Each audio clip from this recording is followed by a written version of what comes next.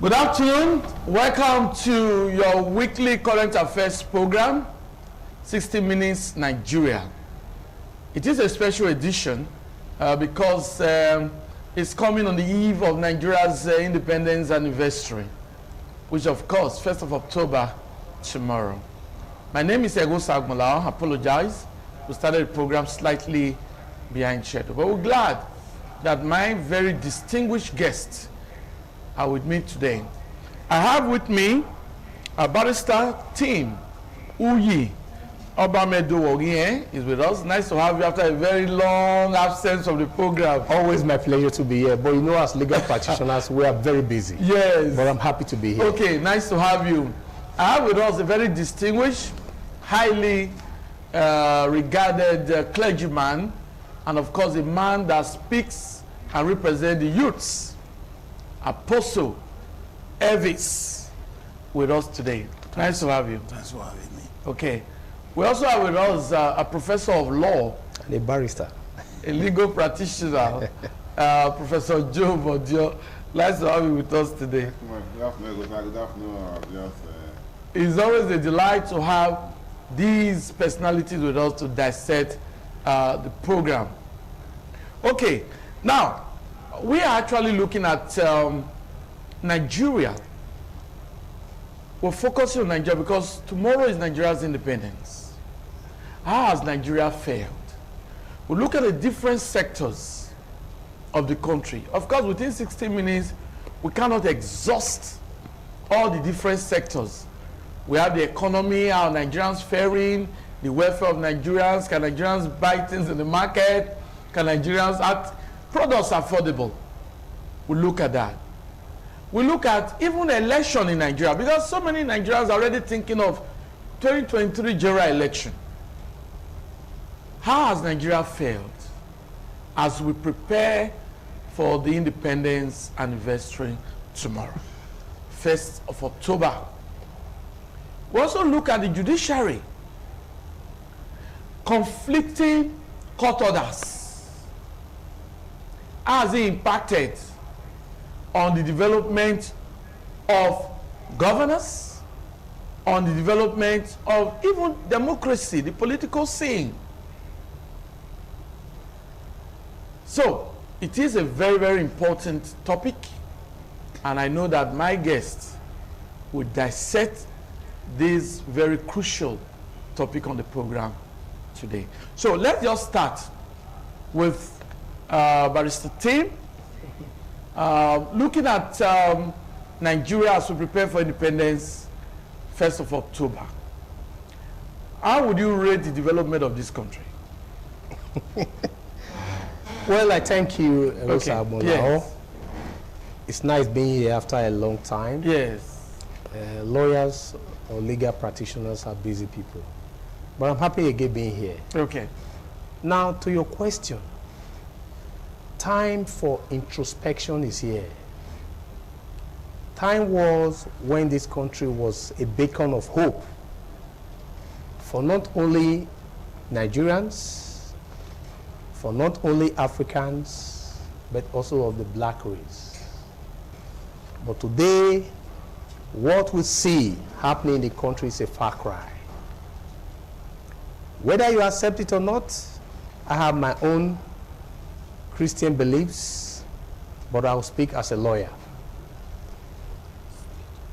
Nigeria is sitting on a keg of gunpowder. And I dare say that Nigeria is sitting on a keg of gunpowder. We have so many challenges. One would thought by now that when Nigeria used to be seen as a giant of Africa, a promising country, even other African countries emulating us, who expect that would have gone beyond even some European countries. But that's a far cry. But let me stick to my profession as a lawyer. The judiciary, how has it fared? Well, in spite of all that has occurred in the judiciary, I want to say here rightly so that the judiciary has done well. they have done exceedingly great in spite of executive powers trying to undermine their capacity and capability. I say they have done well. But I want to say here that this is time for us to have that introspection. What is happening to the judiciary? I dare say that it is time for us to look at Section 6, subsection 1 of our Constitution that gives the president, any incumbent president, the wide discretionary powers to so recommend or appoint the Chief Justice of the Federation. I'm one of the proponents that think that that section should be looked into. Why should we give that wide discretionary power to the president to appoint the Chief Justice, who is the head of the judicial arm? I think we should look at it, because that section says simply that the president has the discretion to appoint the Chief Justice of the Federation, subject, however, to the approval of the National Judicial Council and that of the Senate. Okay. So that, of course, gives the president the power to appoint whoever he thinks fit that is his best friend, whoever he thinks fit that is his own brother. Okay, are you saying that could impact negatively on Definitely the so. of the judiciary? Definitely so. Definitely so. Because whether you like it or not, I am one of the proponents of judicial independence, okay, and judicial autonomy. Yes. Well, I'm happy Prof is here because these are two different situations. Some schools of thought believe that they are same, they are in tandem with each other. But I believe strongly that judicial independence and judicial autonomy are at par. The dichotomy between them is seemingly clear. Okay. Now, why do I talk about judicial independence? Like that section I mentioned earlier, Section 6 of Section 1. If the president of the country, who is the head of the executive arm, of course you know the separation of powers, the executive, the judiciary, and the legislature. If the head of the executive appoints the head of the judicial arm, then there lies a problem. Okay.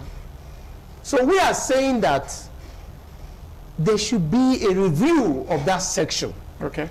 And that is a clamor to those at the National Assembly to look into that section, Section 6, subsection 1, that gives the president of the country the right, the wide discretion to appoint whoever becomes the Chief Justice, but subject to the approval of the National Judicial Council and that of the Senate. Why I'm saying this, Rosa, you may not be seen, you know, you may not be insightful. I'm saying because we are going to really dissect that on the program. What I'm saying that is this. We have seen thus far, without minding words, that the executive is having a playboy, quote unquote, or I put it differently, that whoever is the head today, as it is, the Chief Justice of the Federation is at the beck and call of the head of the executive arm. But that does not take away the integrity of the Chief Justice of Nigeria. We're not talking about whether you like it or not, this is appointment. Because as the Chief Justice of the Federation, you have your administrative duties, and you have your judicial duties.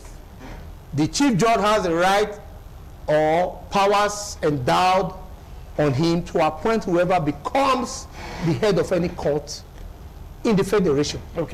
We'll come back to you. After your opening remarks. Apostle Elvis Agbonaima is a highly respected clergyman, and he has a lot to say too on the development of this country. It's not only the judiciary we are looking at, like I told you, we are looking at different sectors. Even the role of the clergy in the development of Nigeria will also be looked into, in this program. But your opening remarks, Apostle Elvis, how has Nigeria fared as we prepare for independence celebration on 1st of October? Thank you very much, sir. The truth must be said, Nigeria is bleeding. How do you mean? What are we going to celebrate? Is it the hunger in the land? Because there is serious hunger in the land. And talking about independence, the truth of the matter is that our leaders have really failed us. You know, when you look at what is happening now, the luck we have as a nation is that Nigeria is a praying nation. That is our saving grace. What is happening in Nigeria now is some other countries of the world literally just happened and they run into war. But because Nigeria is a praying nation, and that has been our saving grace. Because for me, though it's my personal opinion, but I'm talking from what I see or what I've seen. For me, tomorrow, Independence Day, it's just for us to say, well, God, thank you, we are alive, we are seen today. But there is nothing major to celebrate because the economy is going down every day. There is serious hunger in the land. Even those who are working, their take-home cannot take care of them. You get what I'm saying now? Yes. Now, even when we talk about corruption, I've carried out research. I discovered that most of these developed countries in the world, they are not even corrupt. But the saving grace that they have a working system. But our systems are collapsing here every day. The institutions are working. Yes. Even the America we talk about, there is corruption there.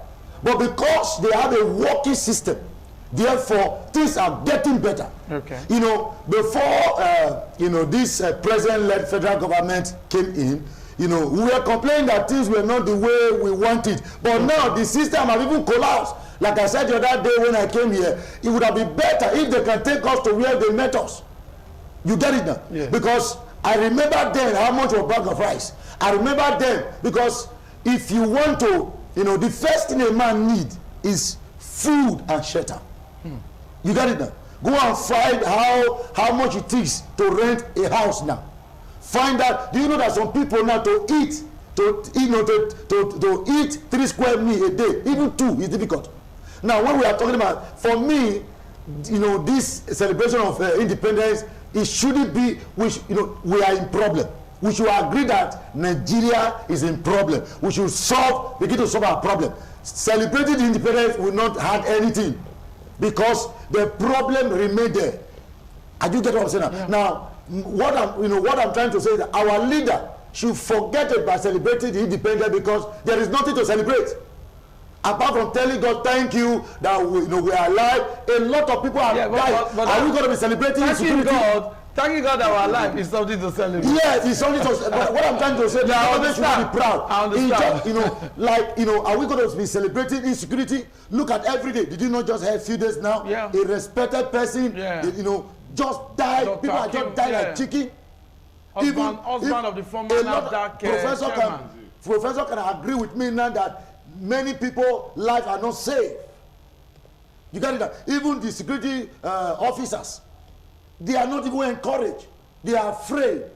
They are, a lot of security officers now, they have that mindset. If I go on this mission and I don't return, what will be the end of my family? Yeah. How will my family be taken care of? The system is collapsing. There is problem.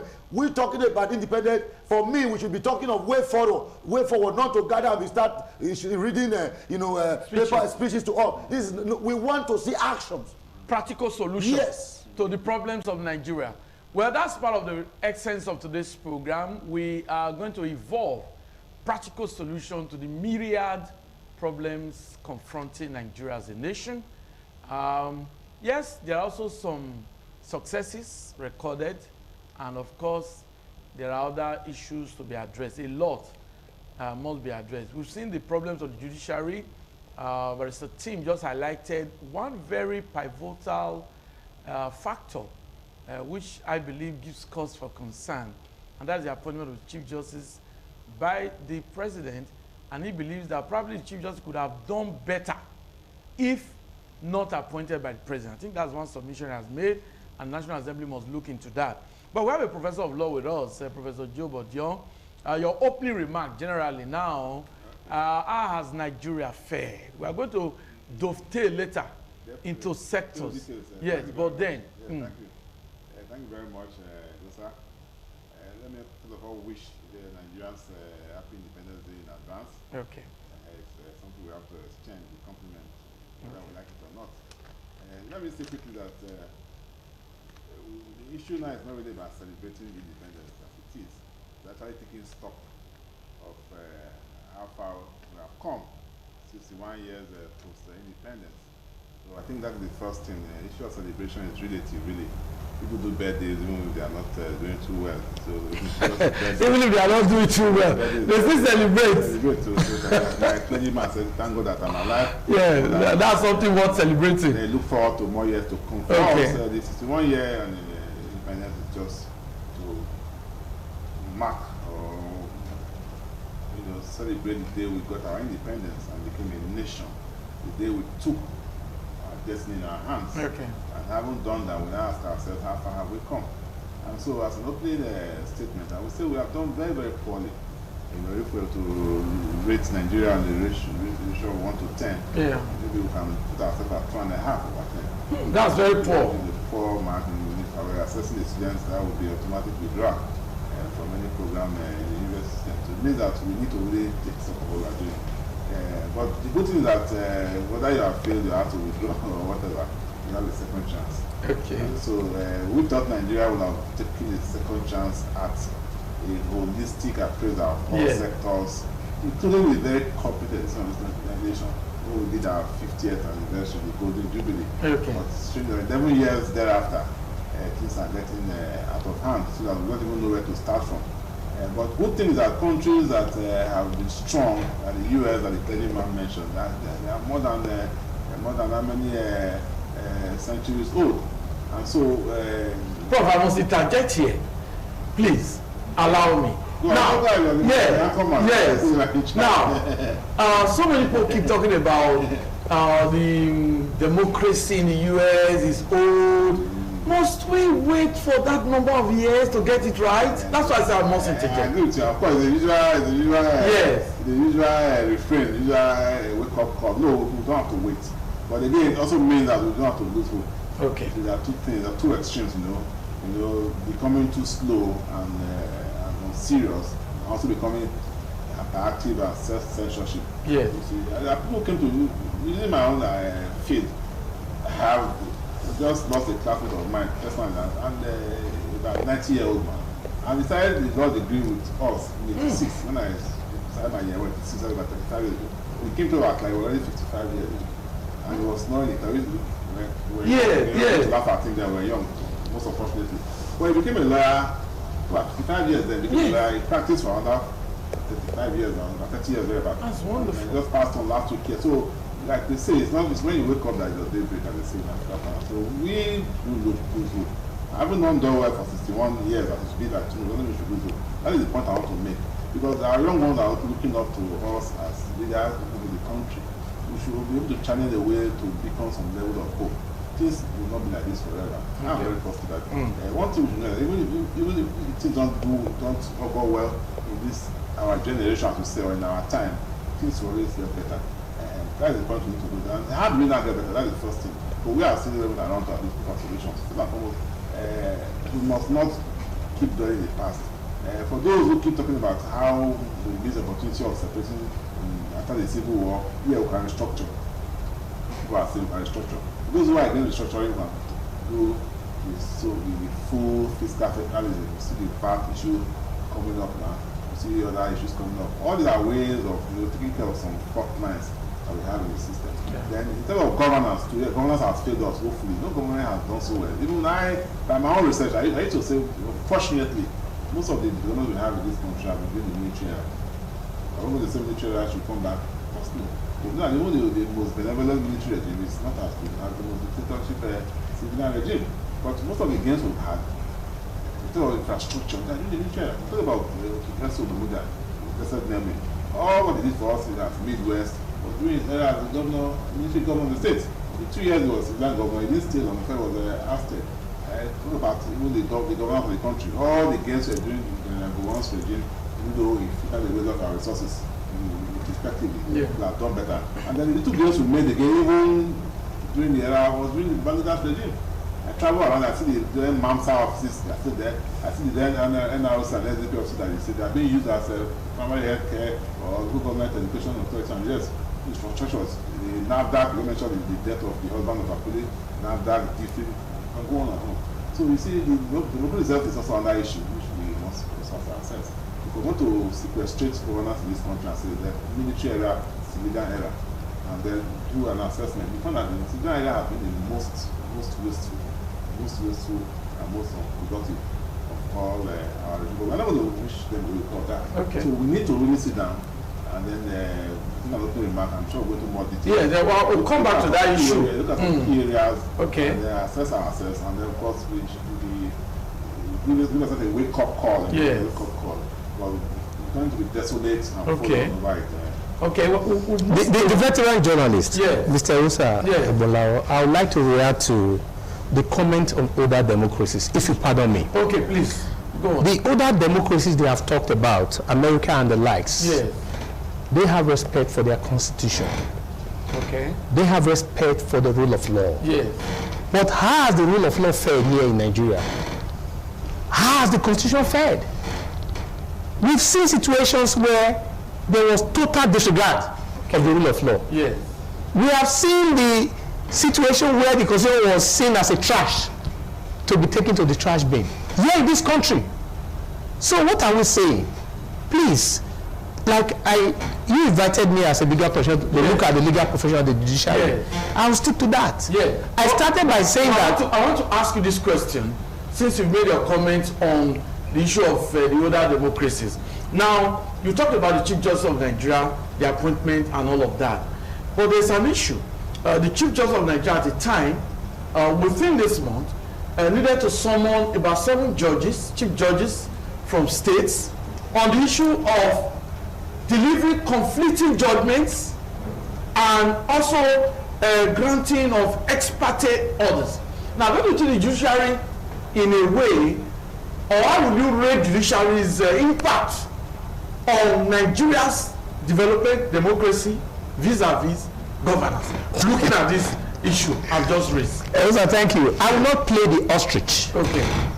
And I dare say that. Yes. You see, whether you like it or not, today's democracy, with respect to our country, Yes. Nigeria, is laughable. When you talk about ex parte orders, ex parte order, as we know it as lawyers, Yes. our applications brought before court without notice Okay. to the other persons. Yes. And it has a lifespan. What's the Now- lifespan? It's only 2 weeks. Okay. Now, with regard to political issues, you then know that even the executive arm, they are the form from prompting the Chief Justice of the Federation to so do, quote unquote. Yes. And I will say to you, whatever emanated from the person, quote unquote, Yes. was from the prompting of the executive arm. You see why I dare say that we need to free them. There has to be judicial independence. I know that any chain. Yes, my dear brother, let me tell you one thing. If I appoint you, you are at my apron string. If the executive arm, the head of the executive arm, the president, has the right discretionary powers to appoint whoever becomes the Chief Justice of the Federation, subject to the NJC, the National Judicial Council, and the approval of the Senate, who will you obey? I ask you, Mr. Agbola, you are a veteran journalist. So that is what we are saying, that there has to be a review of that constitution, the Section 6, subsection 1. Take that powers from the presidency, give it to those constituted bodies having the authority to so do, like the NJC and the Senate. Leave it to them. Okay. So that there will be judicial independence. I'll have you know that recently there have been clamor for judicial autonomy. That's a different one entirely. What is judicial autonomy? Let the judiciary operate solely on its own, without interference from the executive arm or other arm of government. You know, that's elementary. Now we have 3 arms of government. Know that. The executive, the judicial arm, and the legislative arm. So judicial autonomy seeks to suggest that you leave the judiciary from interference from the other 2 arms of governance. So how many states today have supported the judicial autonomy? How many states? Even when it has become law? So for us as lawyers, we weep. And we cannot play the ostrich. We are saying that if we are talking about our nationhood, there must be time for introspection. The time for introspection is now, and we are saying that let's strengthen our laws. Okay, we'll come back to you, Mr. Tim, but just a quick break.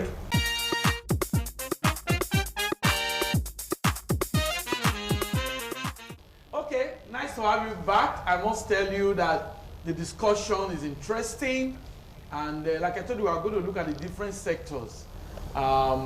We'll move to different areas, but Mr. Tim was just making a point on the judiciary. I will just allow him clear that.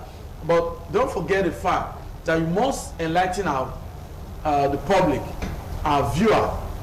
Is judiciary actually part of the problem of Nigeria? Because of this issue of conflicting judgments, granting of ex parte order, some politicians gaining from it, and do you think judiciary should be exonerated? Thank you, from the underdevelopment of this country? Thank you, Mr. Agbolao, a veteran journalist. Thank you. Judiciary has never been the problem of this country. The judiciary has done marvelously well. What I'm saying is that why the conflicting judgments? The conflicting judgments are the prompting of the executive arm of governance, whether you like it or not. What we are saying is that it is as if they are self-serving leaders with selfish interest. That's why you have all those orders being granted. That is why I'm saying, and I will say that again and again, time and again, that let us remove from the presidency, the executive arm of government, the appointment of the Chief Justice of the Federation. Let the National Judicial Council and the Senate be the ones to approve whoever becomes the Chief Justice of the Federation. I don't want to go to the office of the Attorney General because that will be a discussion for the other day. Yeah. Now, the judiciary. What are those ex parte orders that we have talked about? Majority of them are political. And you agree with me. And you know when there is political interest, they look up to their political godfathers. And their political godfathers will definitely use their political office or their political power or political will to ensure that interest is what? Preserved. That is what we have seen in this country. That is why I dare say that let the office of the Chief Justice of the Federation be removed from the presidency, the executive arm. That's section 6, subsection 1 of our constitution. Okay, and once that is done, we expect a better, or we expect the efficiency of the judiciary. If you are not at my back prompting me to do something, don't you think I will use my discretion? Okay, thank you. We'll come back to you. Now let's get the thought of Apostle Elvis Agbonaima. Now, generally speaking, you've talked about some issues. Looking at election in this country, do you think Nigeria has gotten it right? Because we are looking at the next election again. Politicians already, we've seen even Fani Kayode, a former Minister of Aviation, moving to the APC. We've seen all the backlash. We've seen some highly rated politicians defecting, all towards perfecting strategies for 2023 general election. As a clergyman, what's your assessment of elections in this country as we celebrate independence on 1st of October? First and foremost, yes. Before I quickly go into your question, yes, I want to also speak on this area of nepotism. Okay. You know, when this present government of the federal government came on board, there were too much level of high nepotism. And when they were busy, picking leaders from one segment of the country, when they are doing appointment, they will just begin to pick from one part of the country. And some persons were complaining, people like us, like, so this is wrong. Are you saying that this other area, this other part of the country, there is no professional, there is no other person that are good? You see, problem has come now. That's why you discover now that 2023 is still a little bit far off. Okay. We have problem. We are not thinking of solving our problem. There is food insecurity. People are afraid of going to their farms now because of insecurity. Even those who are working can barely feed. everything, like I said when I started with my open remark, I said Nigeria is bleeding. Now, the problem, our concentration is not on how to fix the problem on ground. We're already clamoring for 2023, that they don't even know whether they will see that 2023. Politicians are born with the greatest faith. That is true, but God can do anything because people are praying. There are some people who think they will see 2023 because of their wickedness. God will not allow them. You get it now? Because people are suffering in this country. You get it, sir? Now, talking about the election, for me now, if we have really improved, to me what I've seen, there is not much improvement. We were thinking for what happened in Edo State during the previous, past election that was done in Edo State that brought in the second coming of Governor Obaseki, that we saw a little changes. We are happy. But after his election, other elections that have taken place, it looked as if the whole system collapsed again. Because during that election, there was a lot of improvement. Some of us can attest to that. But what we have seen so far, and what is happening happening now, is a sign that we are not prepared. 2023, they are already giving us a signal that they are not prepared, that they want to do what they have done before. That is not good. But I know God is on the truth. Now, I think this government, our concentration now should be how to fix the problem on ground, not 2023. This one that this group of people will come out, we need the presidency. I think they would have waited, let us go and war. Even those who are just cross-carpeting, and to me they are confused. Imagine some persons the other day said everything I said about this particular person, was wrong. I do get what I'm saying. It's a sign that the leaders they should tell themselves the truth, because even if you look at, we are celebrating 61 years now. To me, Nigeria is a baby at 61. It's shame. With due respect, it's shame. We shouldn't say, America, they have been there for many years. No. If we continue to say that, we will not move forward. We should, the leaders, the executive, like what Barrister said, when we were in university those days, in secondary school those days, they taught us separation of power. But if you look at what is happening now, the judiciary, the legislature, there is no separation of power. There is, if you go to many states now, including this state that I come from, Edo State, I don't really see, I'm talking from my own personal view. Yeah. The House of Assembly legislation, they are not, it's like the executive have pocketed them. I do get what I'm saying now. If you even go to the national, the Senate, the House of Rep, it's like, if you look at what is happening, it's like husband and wife. It shouldn't be like that. I do that. They are cooperating with the federal. There is no cooperation. To me, there is nothing like cooperation. Yes. What we are seeing is that I will use this word. It's like they have agreed to do what the people do not want. What they are supposed to do for us. They said they are our leader. They said they are our servant. Leaders now, the Bible says, servant are walking with foot, they bear foot, while the slaves are riding on horses. That is what is happening now.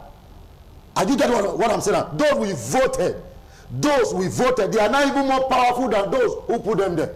Now, I think 2023 election, if we are sincere, if our leaders are sincere, shouldn't be talked about now. We still have many years ahead. What they should be concerned of now is how to fix the economy, is how to fix the insecurity, is how to put food on our table, is how to make sure that farmers can go to farm. A lot of people want to farm, but if you go to all these villages, all these communities, because of bandits, because of all the atrocity committed by some element, they can't go to their farm. I do get what I'm saying now. Yeah. If you look at the rate of death, do you know, like I said the other day, hunger and insecurity is killing people more than even the so-called COVID-19. We'll come back to you, Apostle. Let's get into the prop. Yeah. Now, let's look at the issue of security. I know you've talked a lot about insecurity, but Nigeria is going to celebrate tomorrow. Yeah. You want to postulate what should the government be doing to really curb the insecurity? So many Nigerians really are scared Yes.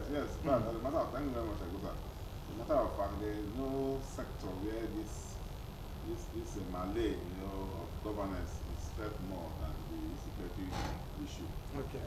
Apart from the food, employment, and other areas, the security is monumental. It's horrible. When I hear the news about what happened in Kaduna State and even some parts of Niger State, we saw the senator from Niger State asking that the government will declare a state of emergency in relation to security in the country. Now, that is why I feel that in discussing Nigerian problem, we should also look at it from different perspectives. For example, my good friend here, my colleague talked about judiciary and independence of judiciary. I ask a question. How does that affect the security when we have generals who are no longer generals? How do you mean by generals are no longer generals? Generals that we grew up with. General cannot be a general anymore. Are you talking about retired general being kidnapped? There's a retired general that was kidnapped. Is that what you're talking about? Because we don't used to hear things like that. A retired general will be kidnapped. It's really appalling. The CDS body was killed like a fowl along the Abuja Kefi Road, the CDS. Things that never happened in mind when we're going on. So what I'm saying that, you see, governance itself has failed. And when governance fails, you can also look at the sectors that failed. For me, I mentioned here before that this security program is a function of the development of government itself. And that starts from the president at the federal level and the governor at the state level. Now, the service chiefs we have appointed 5 years down the line, we kept that they have to change. Yes. Now, having been changed, I'm yet to see any impact in the security. The changes. Yes, I'm yet to see it. So it means there is no commitment. And governors too are paying lip service to it. Why am I saying so? And governors collect humongous amount of money as security without pay. I keep saying so here every now and then. And because it's not accountable, you cannot probe into it. Nobody tells us what they spend on security. And so a governor in a state like Zamfara or Katsina, where there's so much security, gets so much because your needs depend on the security challenges, gets so much, and all he keeps doing is to complain and ask Abuja to come and rescue him, create tension among the citizenry. You ask yourself, what do they do to security with? And I keep saying, if you deploy a quarter of that amount into the police commissioner in your state, the brigade commander in your state, where you have Air Force man, where you have the civil defense man, where you have local vigilante, you empower them, where you have the civilian GTR, you empower them, I do not believe that the bandits can around these states are the place. Because warfare, crime is about a function of finance too. You cannot the bandit cannot have more money than the state can deploy. If you don't use your money well, it will be tempting. If you don't use that money well, security will can even infiltrate the bandits. Not saying the one that Gumi is going to go and buy them, you can infiltrate them. Because why? You plant modes, you can even get them discovered by the same modes you plant them. It's all about them, but it costs money. There are security experts over every day. I watch other sister stations, even your stations, who come to profile solution on security. I'm just a legal my research. Yeah. But how many have they killed it to? How many? Before now, the whistleblowing policy came. Whistleblowing is not enough for financial crimes or for corruption. It also affects our security too. Yeah. Because there are people giving no information. Just like what happened in the East now. The governor is willing to offer money for information on the killers of Dr. Akuru. Exactly. So now you say you have bandits in the state. These bandits come to communities. There are people giving information in this community. There are people who house them. People even within the security, there are people who are also both in the security sector. And we found them out. So, and every year we budget so much for security. Health is zero. Education is zero. You can have time to discuss all these sectors. Yeah, we can't exhaust them. But security takes the largest chunk. But when you say you are the armed forces, it's security, both external and internal. When you give to the military for external, go to the civil defense, what all this money should spend, where are the resources? Now we took delivery of some Tucano jet. I don't know that jet. Yes, Tucano jet. I don't know where they've not been launched. I don't know where they're flying on the ground. Where they're taking them to the riverine area to be on the sea. So I expect by now that those Tucano jets, we shouldn't be hearing anything about bandits anymore. Because at the end of the day, if you ask every person in the forest to live, those who are hunting, those who are farming, declare a return of 1 or 2 weeks. and then go and filter out all these things. I can afford drones. Not the one I'm mistakenly, after I had it, mistakenly bombed the civilian address. So what are you talking about? Yes. There are security like that you can use to filter. You have drones. Okay. So you tell me the forest is so Vast. you cannot penetrate it. When I was traveling home on Tuesday, I asked somebody, I said, for example, from Benin to Omana or to Auchi, where they say they have small for, and I asked them, I said, you mean you should empty the entire mechanized brigade in Edo State? These people, so that's just tell us everybody move to the forest. That is our assignment for this one week. Yes. That is And comb the forest. The commander, you go to artillery, everything, just move with your RPG and your what you call it, grenades, as if you are fighting war. And comb the forest. Until this 1 week, the forest will not be free. You will not shout all the. So who are those bandits that can now withstand trained military men? If you move forward, not when you pick just a segment as they are going and after defend them, our brothers are coming and so seriousness. They're not serious. Not serious. So that's why I said, how does that a problem of judiciary or even the health sector? This is purely security. The people are trained. Security experts, our service chiefs are the ones, and then who is the commander in chief, the president. So okay. Boxed by the state. So that, for security reasons, the security issues we have failed totally. We need to improve. And like I said before, it's about commitment. Okay. If you're not committed, because when you took the output of office, your first job is the security of life and property of citizens. That's the first issue of welfare and the health comes secondary. But your first thing to guarantee our security and which includes our life now. Once that fails, governance has failed. Okay, Mr. Tim, I want to react to what he had just said. You see, this is the last segment of the program. Thank you very much. Okay. I'm reacting to what he had just said because we know that no man is perfect. And no man can ever be God. No man is God. Okay. A professor once said that the mind of man is ever restless, prone to err. Small is its affinity for right unless ethically directed. It will take a man who is morally directed, a man who has a Bible-trained conscience to do what is right. I don't believe in the individual person as the problem of this country. It's when we strengthen the institution of governance that we'll have success in administration. That is why I'm clamoring for strengthening of the institution of governance. You cannot say that if you take Mr. A there and Mr. B goes there will be perfection. No, they can never be. That is why I'm saying that let us look at our laws. Laws are so obsolete today. If you are able to do the needful regarding laws, you will see that there is a consequential relief. Okay. Now, why I say that is this.